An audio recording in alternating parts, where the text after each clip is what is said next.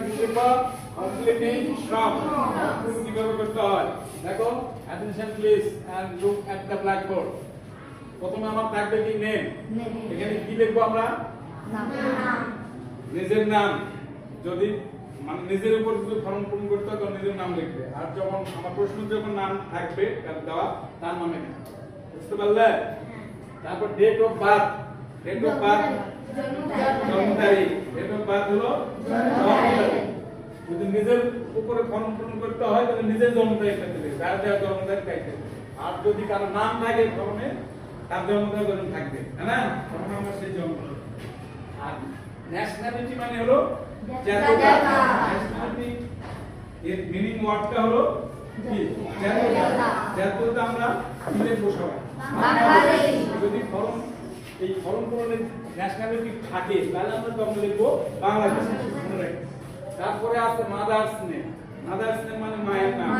যার মায়ের নাম তাই লিখবে একজনের মায়ের নাম আরেকজন লিখবে আর যদি ফর্ম পূরণে যদি কারো নির্দিষ্ট নাম থাকে তার মায়ের নাম একটা তখন সবাই ওই নাম বুঝা গেল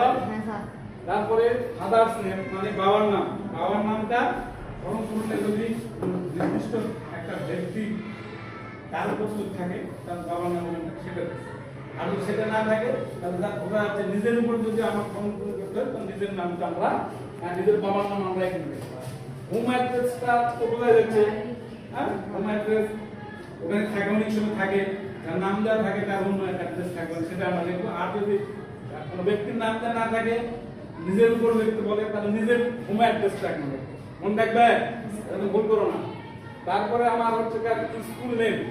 নেম মানে কি যে তোমরা যে স্কুলে পড়ো সেই স্কুলের নাম লিখবে ঠিক আছে সেই স্কুলের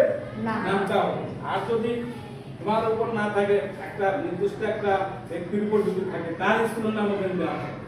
বুঝা গেছে তার বাড়ির ঠিকানা দেওয়া থাকবে সেটা থেকে আর এখানে ক্লাসটা কি সেটা তোমরা জানি ক্লাস হলো কোন ক্লাস হলো ক্লাস 5 সেই ক্লাস 5 টা আমরা বানান করে লিখতে পারি রোমান সংখ্যা দিয়ে লিখতে পারি আবার অঙ্কের মাধ্যমে লিখতে পারি আর এই হবিসটা আমরা চাইবার হবিস তোমার হবিস কি হবিস মানে শখ হ্যাঁ হবিস থেকে হবিস আসছে মানে প্লুরাল নাম্বারে সিঙ্গুলার নাম্বার হবি হয় আর প্লুরাল নাম্বারে হবিস